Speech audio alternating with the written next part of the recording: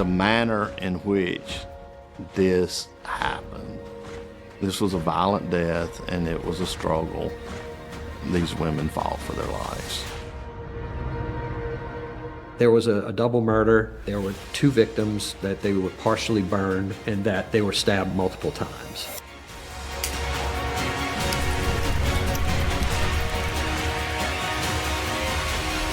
Following what is suspected to be a failed arson attempt, evidence is gathered, and the police are able to quickly identify a suspect.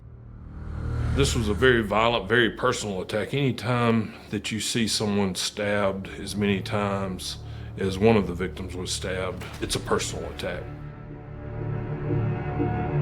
This was a case that shocked both investigators and the local community of Madison County, Mississippi alike. This case made an impact on me just by the sheer brutality of it. What I know as a 30-year lawman, that evil exists. This is the story of the brutal murders of Philonda Simpson and her daughter Devonda Washington, and how justice was brought on a cold-blooded, green-eyed killer.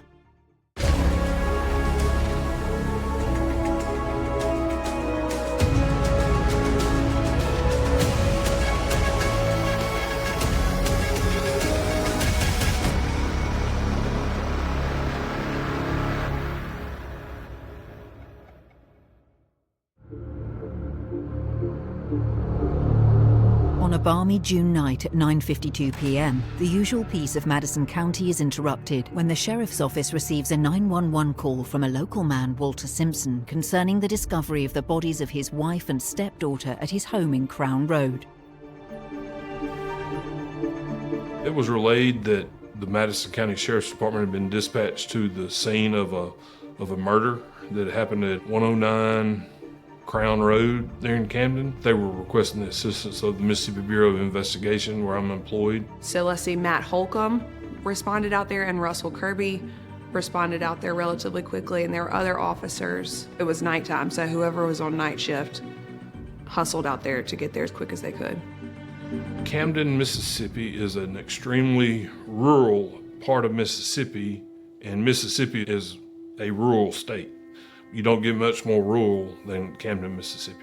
Quiet farmland, hunting land, not a lot of businesses up there. It's just more farmland and large acreage where people live. It's a community that is by itself. People that live in Camden are usually from Camden, and it's an agriculture or farming community, whether that agriculture be crops or trees. It's a real rural, small, tight-knit community. You feel like you're in the middle of nowhere, and then it just opens up and it's all these green pastures and all this acreage. That's a closer knit area of people maybe than the rest of the county. There's a lot of old houses in Camden. There are some trailers, but I don't know if I would say that there's a lot of trailers. There are no hotels, desolate up that way. They're mostly family. It's a small, very tight-knit community. You know, there's not a lot of violent crime out there.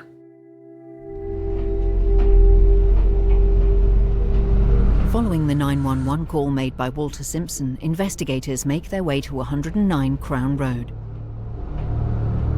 I, along with a crime scene technician, responded to the scene. We arrived, assessed the scene late evening, before midnight, but after 9 o'clock. It was dark. Crown Road is a one-lane gravel road in the country, and it's not very well lit out there, and the house was dark except for the lights that were on in the carport, and there were some lights on in the house. There were other law enforcement officers that were there. The scene was being secured by the Madison County Sheriff's Department when we got there. Local people, including family members of what were later discovered inside as the deceased.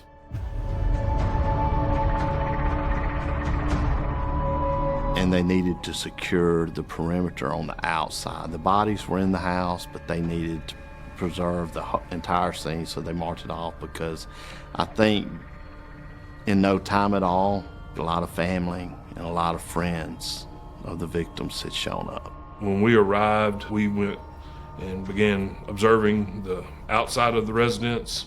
We made our way to the residence. And when we walked into the carport area, which was lit, you could see some bloody footprints, shoe impressions on the concrete underneath the carport.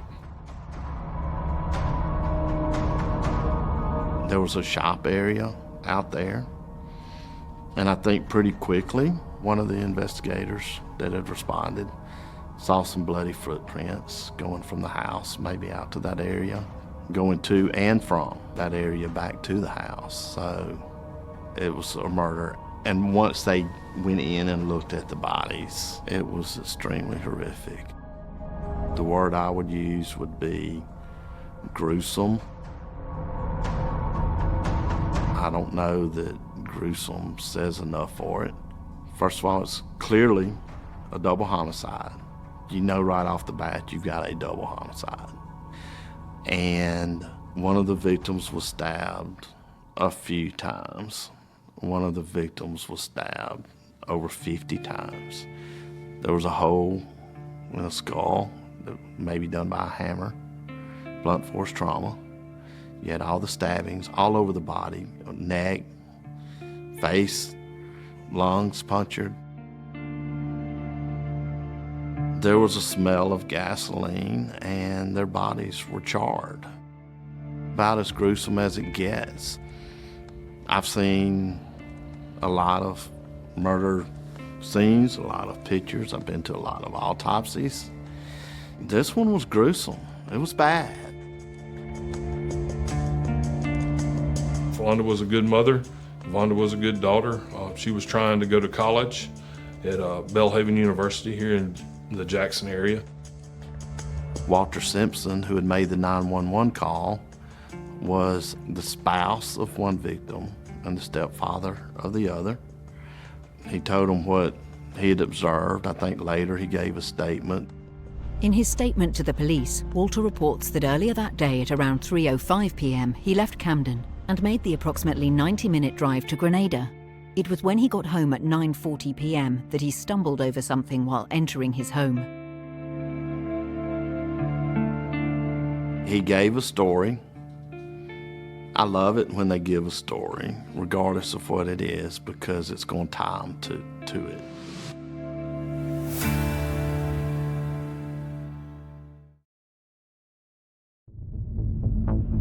June 2018, Madison County Police Department is investigating the murders of Philonda Simpson and her daughter Devonda Washington. When investigators enter the property, they are met with a shockingly violent scene.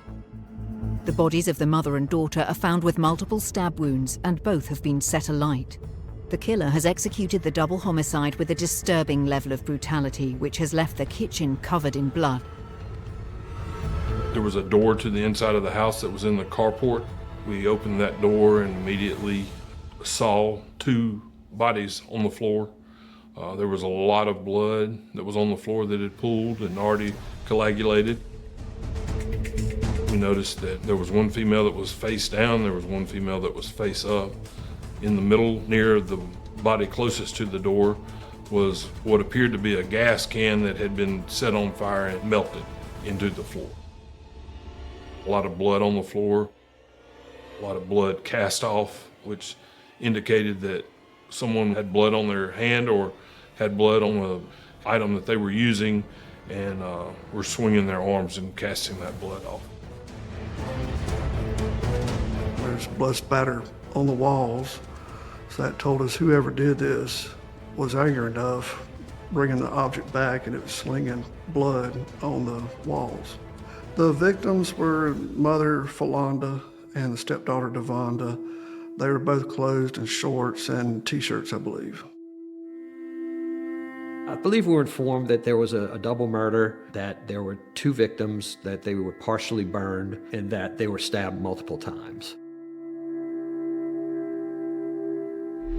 Philonda Simpson had been stabbed 4 times, and Devonda had been stabbed, I believe, 54 times, and that 18 of those were defense wounds. There were bruise marks on the arms of Devonda, especially from where she was being stabbed, and lower torso and to her legs, and we suppose that she was kicking and fighting and trying to save her life. Philonda was stabbed in the neck and the upper torso. Philonda and Devonda had thermal injuries from the fire. The bodies were burned from the floor, partially up their arm, but not completely. It was the worst one I've ever seen. It was nasty, gruesome. I mean, words can't describe it. The smell, the chemical smell.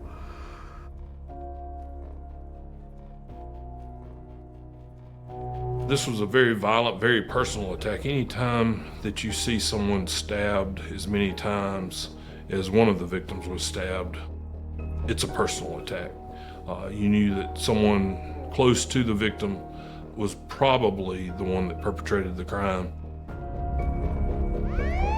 Upon entering the crime scene and coming across the bodies of Devonda and Falonda, investigators get to work, analyze the home, and attempt to piece together exactly what has happened that day. The doors, when we got on scene, the doors were secure, so it told me there was no forced entry. We believe the doors being shut to the house allowed the fire to smother out, so therefore the fire couldn't get oxygen and just put itself out. There was blood spatter on the walls. There was bloody footprints on the floor around the bodies, blood spatter on the bodies. It was obvious there was a pretty good struggle in that kitchen. That's where everything contained itself to. With there being no signs of forced entry, the investigators begin gathering evidence inside the crime scene. They're starting to collect some physical evidence there at the scene. I believe there was a lighter found there at the scene. And I remember that there was a partially burned, looked like a roll of paper towels or something that they recovered that indicated to law enforcement that that was probably what was used to attempt to start the fire.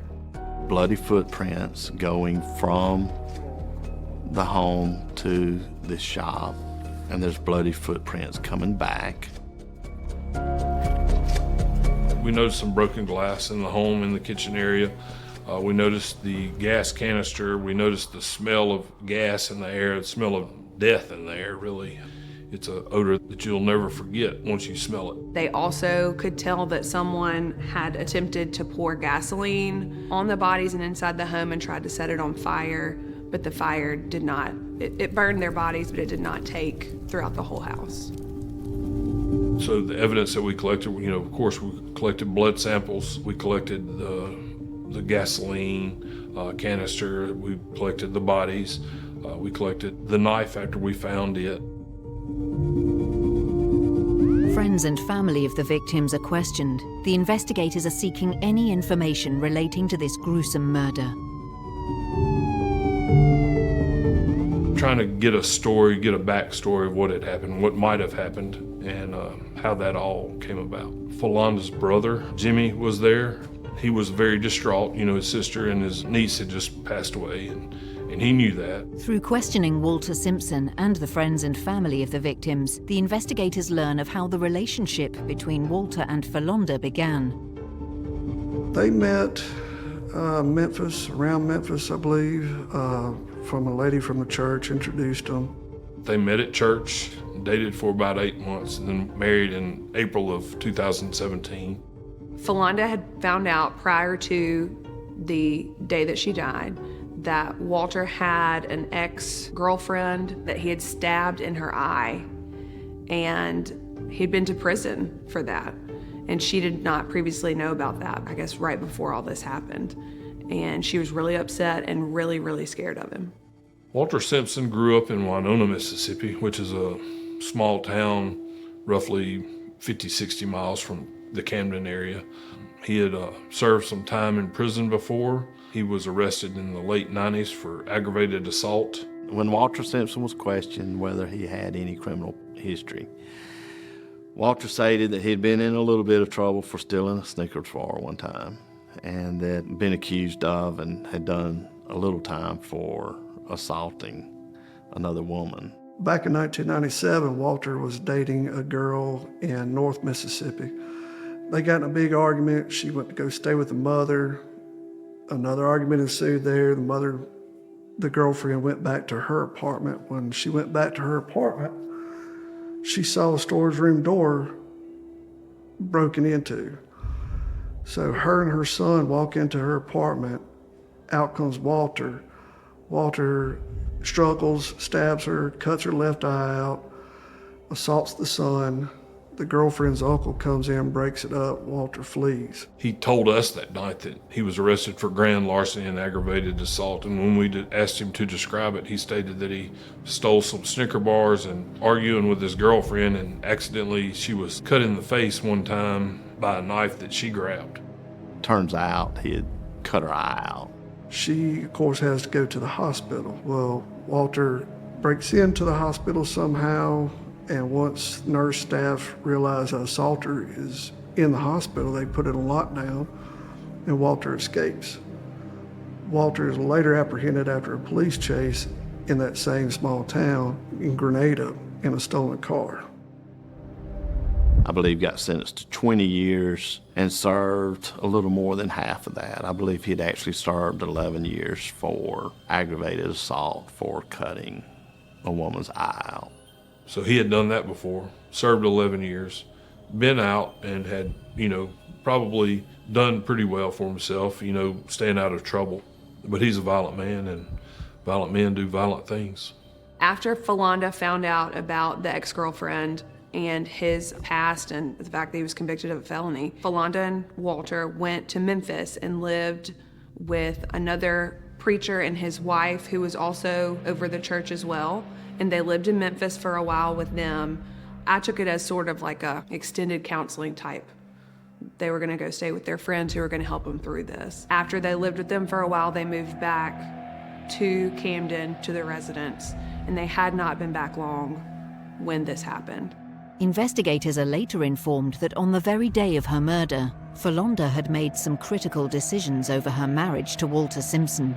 Family members and friends had relayed to us that Philonda had texted one of them to say, "Pray for us. I'm going to tell Walter that I'm getting a divorce tonight." And that was about 3 o'clock in the afternoon that she had sent that text. Shortly into the investigation, a friend of the murdered daughter, Devonda Washington, comes to the police station to speak with the investigators, providing them with some breakthrough evidence. A friend of Devonda's, he heard of the murder. Him and his dad came to the sheriff's department, and the boy was upset. He's like, he did it, he did it. We're like, who did it? He said, Walter, Devonda's stepdad. Why did he say he did it? Man, he's been coming on to her, and she just tired of it. She texts me. So his text showing in that time frame, that evening of June 5th, shows that he come on to her, and Devonda contacted the friend that showed up. I believe that Devonda had told her mother and showed her text messages that Walter had sent, showed her photos, and I believe there was even a video that showed that Walter had made some inappropriate advances towards her. Philonda did not approve and was going to tell Walter that she was going to divorce him. Devonda had messages on her phone that she was letting her mother know that, this guy's a creep and this guy's been making advances on me and he's not loyal to you. So Devonda left the house, went to a local gas station, waited for her mother to come home with the family car. They were gonna kick Walter out. It was obviously they were gonna kick Walter out because when I got there was bags of clothes in the hallway, all bundled up like long bags stuffed with men's clothes. We later learned that Philonda had put Walter's clothes in those trash bags and more than likely had told him that he was not welcome there anymore that night. So they were gonna kick Walter out that day because they're tired of him coming on to Devonda.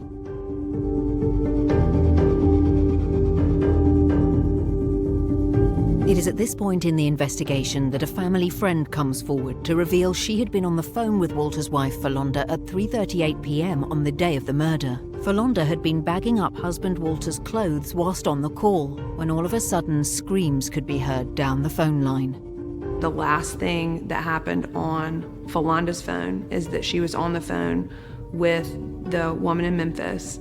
Philonda had confided in her some things that had happened, had talked to her about leaving Walter. The woman in Memphis heard a scream. And the phone disconnected.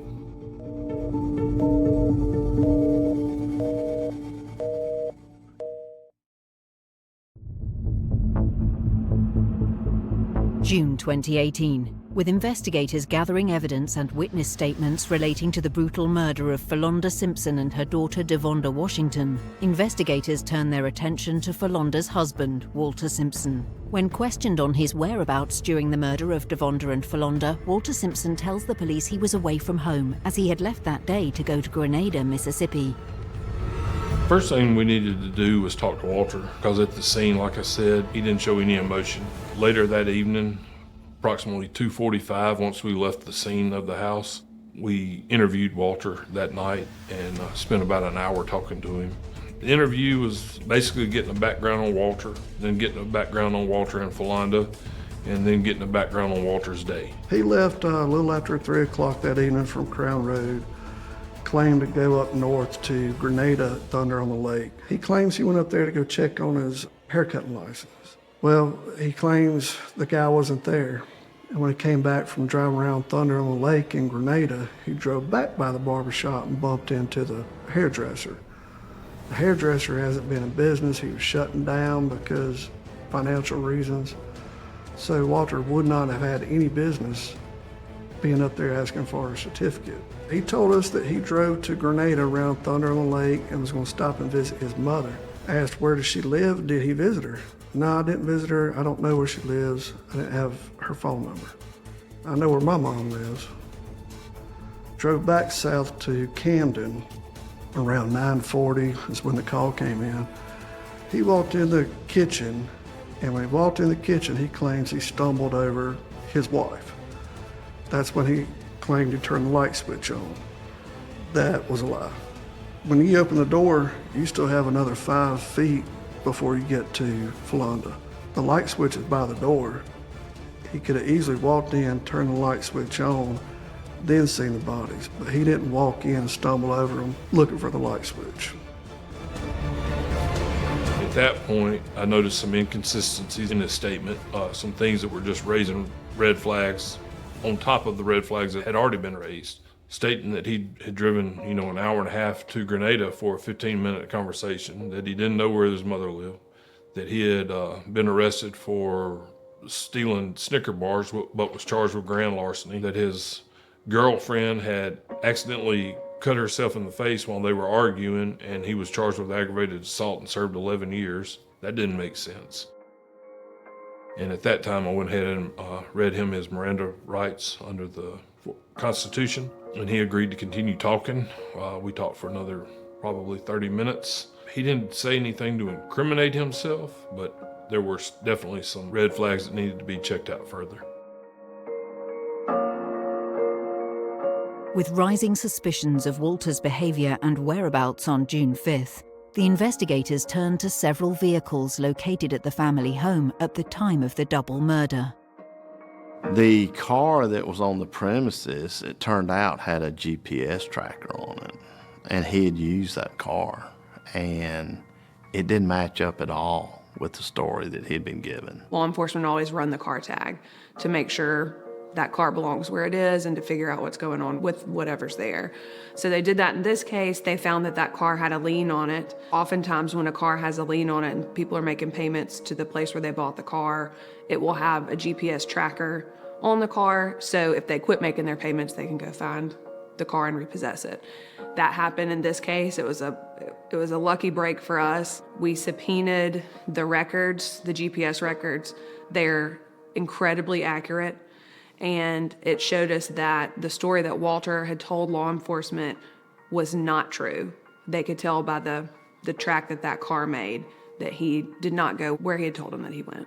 So Walter's original story, he'd gone to Grenada, Mississippi, which is north of Madison, gone to a barber shop, maybe stopped by to see somebody else, and then he got back to the house around 9:40 that night and discovered the bodies.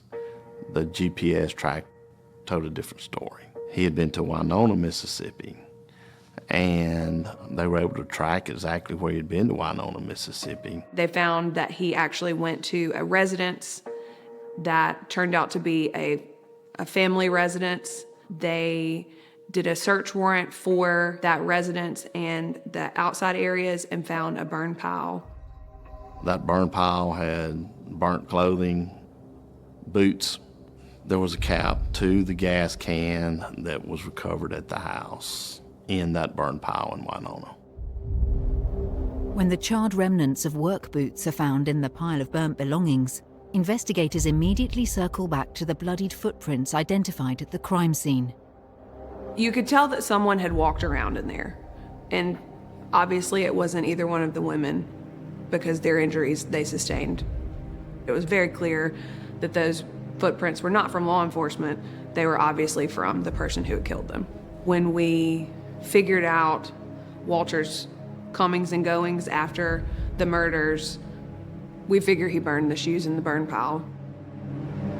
During the investigation, forensic experts collect and test swab samples and blood found at the house and in the vehicle. There was some swabs from a brake and gas pedal of a vehicle. There was a swab of the driver's seat. There's also a swab of the seat control.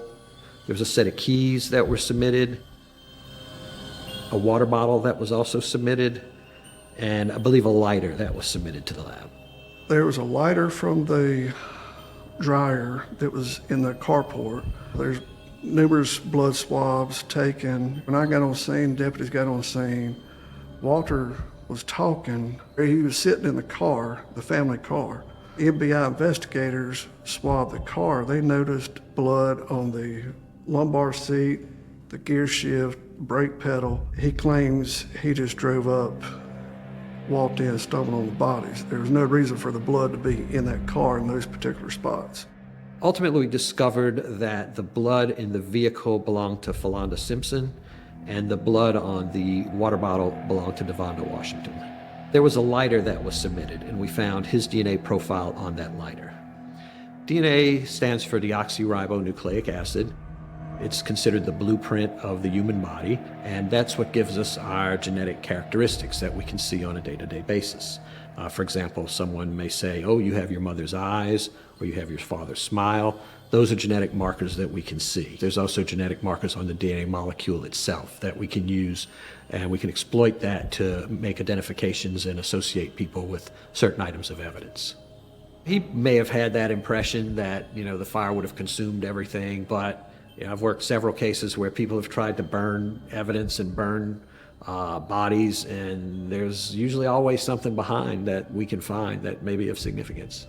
Based on the roll of paper towels and the lighter that was found, and they could smell accelerant.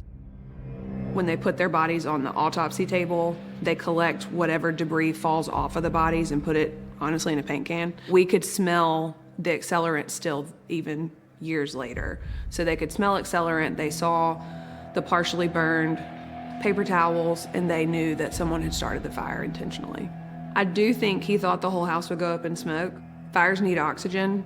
His mistake was closing the door. Had he succeeded in burning the house down, our case would have been a lot more difficult because it would have been really hard to tell what had happened to those women. You leave DNA behind everywhere when you sweat, touch something. It's unique to that person and that person alone. Blood was positively ID'd as being Walter's or Walter's blood type.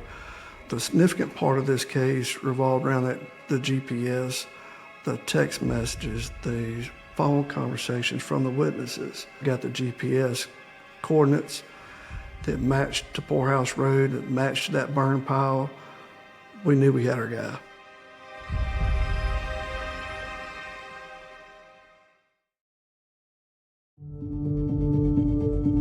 June 2018. Following the brutal murder of Philonda Simpson and her daughter Devonda Washington, investigators are swiftly honing in on Walter Simpson, the husband of Philonda, as their #1 suspect. June 5th, the day of the double murder. At 2:30 p.m, Devonda tells her friend over the phone that Walter has been making sexual advances towards her, the most recent being earlier that day. So Devonda had just recently disclosed to someone close to her that Walter had come on to her, made advances toward her, sexual advances. He had called her back into a room, exposed himself to her. She was scared of him. She didn't trust him. She was going to tell her mother, and she communicated that. Walter had basically tried to have sex with his stepdaughter. And she was having none of it, and she was going straight to her mother with it. So Devonda left the house, went to a local gas station, waited for her mother to come home with the family car. They were going to kick Walter out. As soon as Philonda came home from her meeting from Lexington, she picked up Devonda at the gas station where Devonda left her car. They drove a few miles up the road to the family home. They started packing Walter's clothes because the garbage bag's in the hallway. When Walter is informed that his harassment of Devonda was the last straw and Philonda is going to divorce him, events rapidly escalate and screams are heard by Philonda's friend who is on a call with her. And then according to this witness, she heard screaming and then the phone hung up. While Philonda's on the phone with her church member, she walks in and the church member hears a hollering and screaming. Walter kills Philonda. He just did not believe that she would ever say no to him or leave him or anything like that. The reason why Philonda walked in to the kitchen is because she heard what we believe she heard, screaming coming from there or struggle. She walks in and sees Devonda already dead on the floor. So Philonda, we believe, is the second victim. This was a case where sudden, onset anger, he didn't have time to go search for a weapon. It was there. He used what he had at his disposal, a large butcher knife. Walter Simpson was absolutely a jealous man. You can tell that from his prior situation with his ex-girlfriend, and you can tell it in this case. He wanted what he wanted, and he wasn't gonna let anything stop him. He loved her, or he wanted to have relations with her, and Devonda refused, and this has been ongoing. So he had that mentality, I believe, is if I can't have you, nobody can have you. So he killed her. He was just mad that she had told her mother and that her mother was wanting a divorce. And I think that's what enraged him, was that instead of him breaking it off with her, that she was trying to break it off with him, which is a similar story to what had happened to him back when he slashed his first girlfriend's face. With witness statements coming in, alongside the mounting evidence being found at the burn pile, the family home, and in the vehicles at the crime scene, investigators become confident that Walter Simpson, the sole suspect in this case, is guilty of the double murder.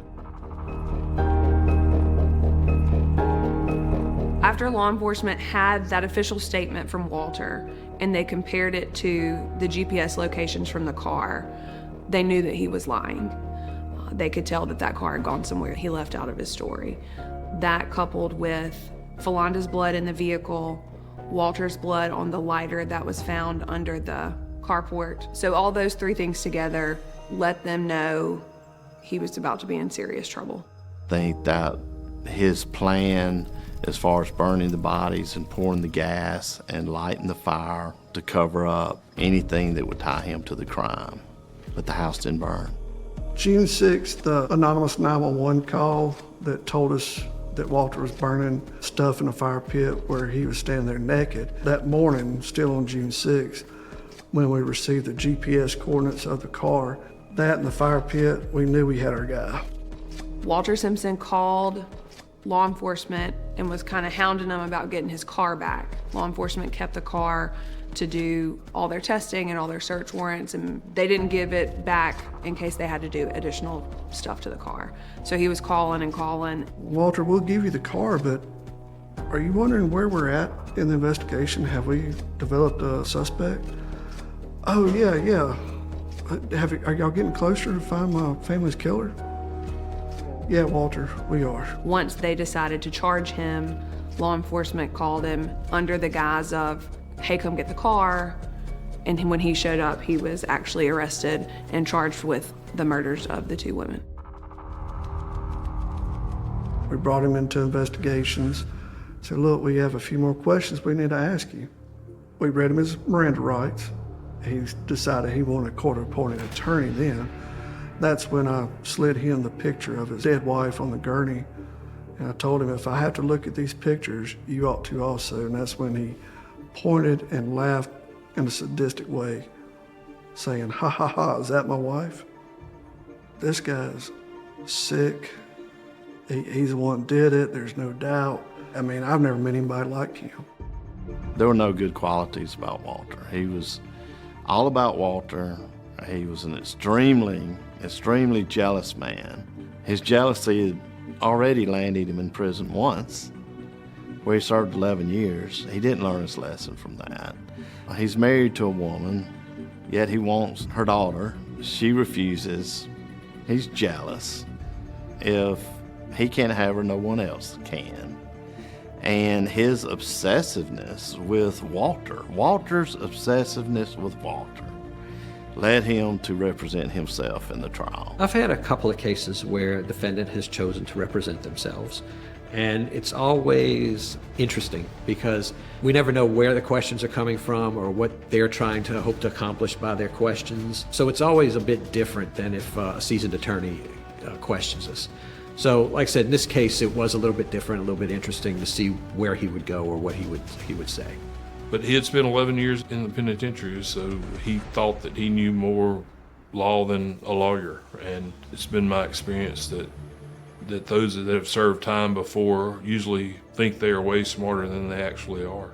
They watch shows like this and try and figure out what not to do and how to get away with something, and never works out for them quite that well. And that's one of a prosecutor's biggest nightmares. You would think we would love to have people represent themselves. We hate it. You've heard the saying that anyone who represents themselves has a fool for a client. And Walter Simpson is a bona fide fool, and he represented himself. And the reason that's difficult is they don't know how to try a case. They don't know the rules of evidence. They don't know what's admissible, what's not. And when you've got attorneys on the other side, you make objections. They're ruled on. The judge is your gatekeeper of evidence. Here, when they're consistently doing things that they shouldn't be doing, a seasoned prosecutor does not want to keep standing up and objecting because you're afraid of what the jury may be thinking. Are you picking on this guy? Or are you being difficult? Or are you hiding something? No, he's just not doing it right. But Scott Regilio, who was prosecuting, did an outstanding job in the case, and he let Walter dig himself a hole too that he couldn't get out of. It was almost like he believed everything that he was saying, and he felt like that he had found a hole in our case, and it wasn't. He was arguing these times, and he didn't realize that the times that he was arguing was not even the same time zone that we were dealing with. He was arguing Eastern time, and how could this have happened when I was supposed to be here, and this, that, and another, and when in fact we were dealing with Central time. Having people's cell phones and having Devonda and Philanda's cell phones, it was almost as though they could testify for us even though they weren't there. It was truly amazing that law enforcement found these text messages on Philanda's phone to her friend that told her, Walter tried to touch my daughter, we're getting a divorce, I'm going right now. And we were able to add those text messages to the timeline of when the car left the house from the GPS coordinates from the car, and put together a timeline of these women's day through their cell phones. Walter showed no signs of remorse. He preached to that jury. He thought he had won the day, but he was the only one in the courtroom that felt that way. On January 4th, 2021, Walter Simpson is sentenced to 2 life sentences for the 2 counts of murder, 20 years for arson, and 10 years for possession of a deadly weapon by a convicted felon. He's got 80 years over his head, day for day. It's as good as a death sentence. What I know as a 30-year lawman, that evil exists and people need to be protected. It's up to us to do a good job as investigators to ensure that these bad people are locked up and kept away from the public. It is thanks to the brilliant work of the investigating agencies that Walter Simpson was placed under arrest so soon after committing his crimes. Really proud of the law enforcement agencies for putting together a quick case and for us to get into the courtroom as quick as we did to put people at peace, that our justice system works. This case is one that stands out, that they were able to get all this together this quickly and make this arrest so fast, that he was arrested within 3 days of these women being killed. I know that brought peace to the family, that the person who was responsible for this was going to be held responsible for it. I'm also sure that they were heartbroken that it was Walter Simpson. They don't all happen like that. And so it was really amazing that they worked so hard and got this one so quickly. The Madison County Sheriff's Office has a really big area to cover, and they're a good agency. The fact that they were able to respond to this, put the case together as quickly as they did. Again, this is a community in Camden that doesn't experience a lot of this, so people are scared, they're nervous. And so to bring closure pretty quick as far as who did it, you knew there wasn't a serial killer out there running around. You knew it wasn't a stranger. It was actually Walter Simpson. Philonda was a good mother, a devout Christian, and she believed that Walter was also a good Christian and a good man. Devonda wanted to be a nurse, I believe, and she was working hard to improve her life and be the best person that she could be. It's just sad that such a young person was killed at an early age for sick desires of an older fella. This is one of the cases that stays with you. I think there's justice that he will not be able to do this to anybody else again, and he'll spend the rest of his life in prison. I mean, the person who's deceased is gone. They're not coming back. There may be some measure of satisfaction when someone gets convicted, but I think there's always going to be that open wound with victims and their families.